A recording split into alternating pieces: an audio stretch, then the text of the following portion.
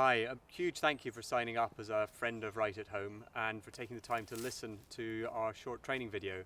My name's Alistair Shanks and I'm the owner and managing director of your local Right at Home office here in Farnham and more recently a second office in Bordon.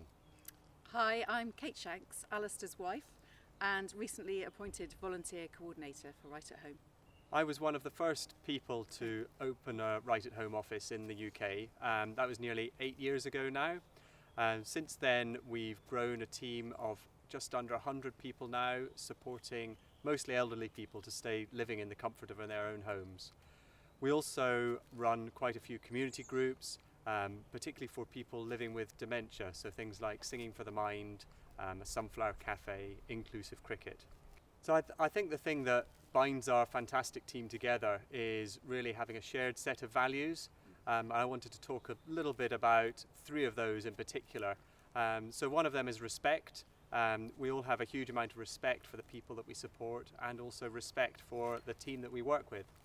The second one is a caring approach, and that I think that goes without saying. We are providing care in the community, so all of the team have a caring approach. Part of that is also trying to understand where the people we support are coming from and how they're feeling about things.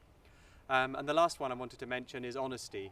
Again, I think that should be obvious, an honest approach to things. But part of that also means talking about things when they go wrong, because things do go wrong sometimes, and it's important to let us know when things aren't going quite as they should be.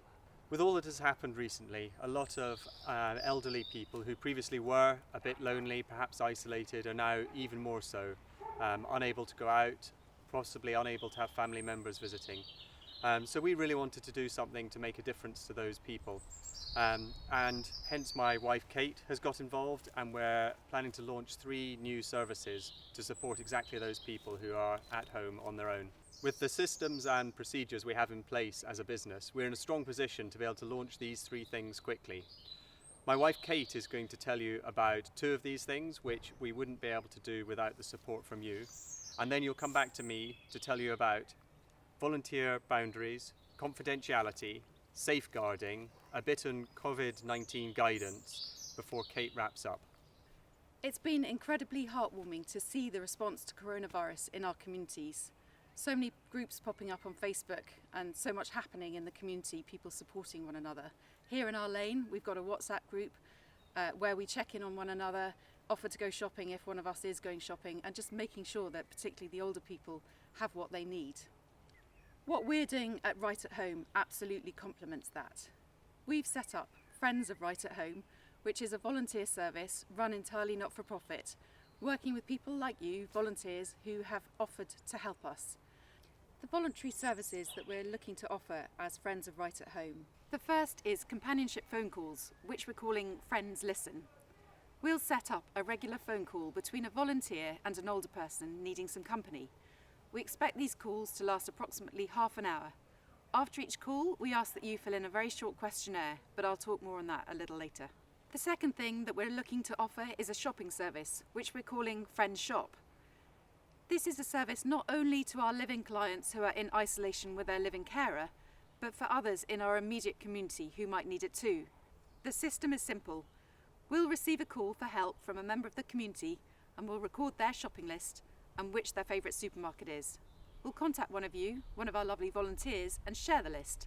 You'll do the shop and take it to the doorstep of the person needing it. You'll then email us the receipt, we'll pay you and request payment from the person being shopped for. Therefore, no money is needing to change hands, and you, as the volunteer, will be paid quickly through the systems we already have in place.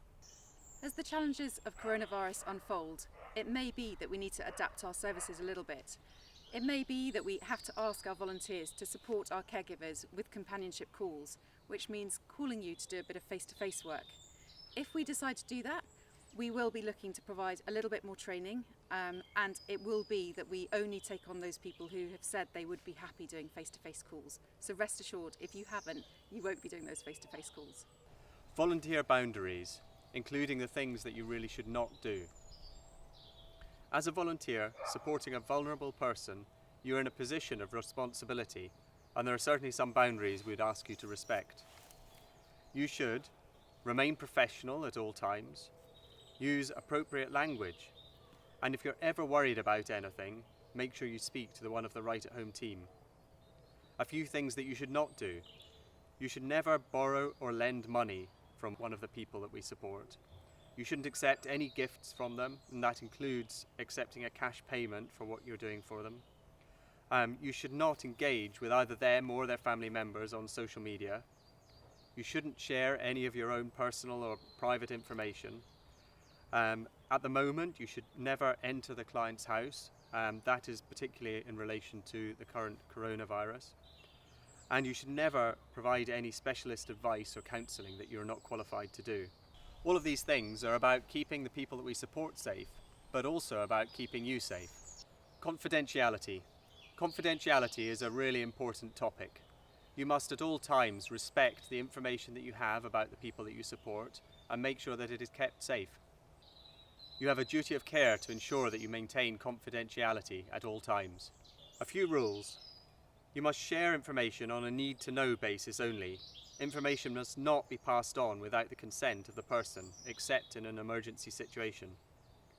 Do not talk to others about the people you support, either to family or friends or to other people that you are supporting.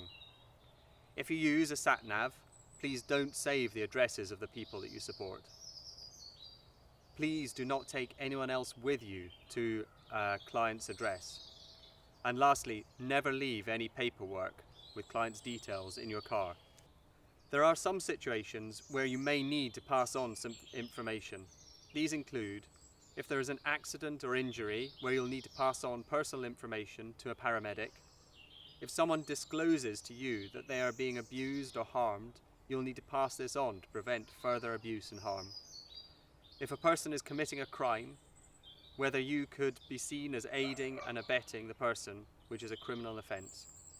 Confidentiality protects both you and the person that you're supporting.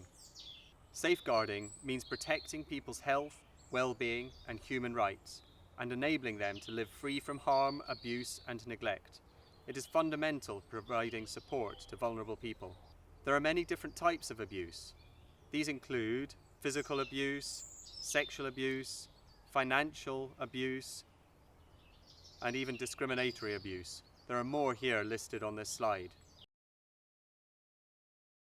The signs of abuse may be obvious, but they could also be more subtle. A change in someone's behaviour that makes you concerned, or even if things seem to be going missing. If you have any concerns that any of the people you are supporting is at risk of harm or abuse, then the first thing you should do is to contact one of the Right at Home team and we will take it from there and support you with whatever you need. COVID-19 guidance. So we need to add a bit into this training, particularly around the coronavirus, and what you need to do to keep both yourself safe and the people you're supporting safe when you are out there in the community. There are a few do's and don'ts to ensure we support the government guidance to reduce the spread of the virus. Some of these take the form of protecting yourself and ensuring you do not pick up the virus.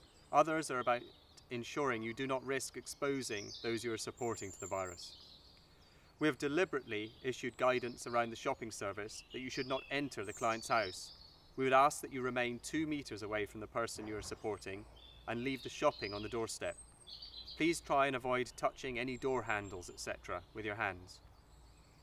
And in general, you should remember to wash your hands regularly, try to avoid touching your face, eyes, nose or mouth with your hands. Do also follow the guidance and social distancing measures issued by the government. We're almost at the end of our short training session. One of the last things I want to talk about is the recording of information. For the shopping service, all we're looking for you to do is to email us a copy of your shopping receipt. We can then process the payment, make sure you're paid quickly and make sure that we're paid quickly by the person you've done the shopping for.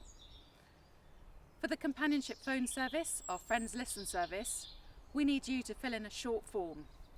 That form is simply asking how did you feel the health of that person was in your conversation? Did you feel that their mental health, that their emotional well-being was all right on a scale of 1 to 5? And really, did you have any concerns? So it's your chance, if you're worried about them, to raise concerns with us and we can then check in with them. All that we're doing, we're trying to keep as electronic as possible. So it will be in an electronic form and you can send your receipt to us electronically. all that we're doing and all this form filling is to make sure that our quality standards remain as high as they are for our caregiving service. So now you've had your short training, well, hopefully we've had your DBS and we've had your proof of address and that sort of thing, and we will now start connecting you with older people in the community who need your help. All it remains for me to do is thank you so much from both of us for volunteering for Friends of Right at Home. It means so much to us and it will mean so much to the people in the community. Thank you so much.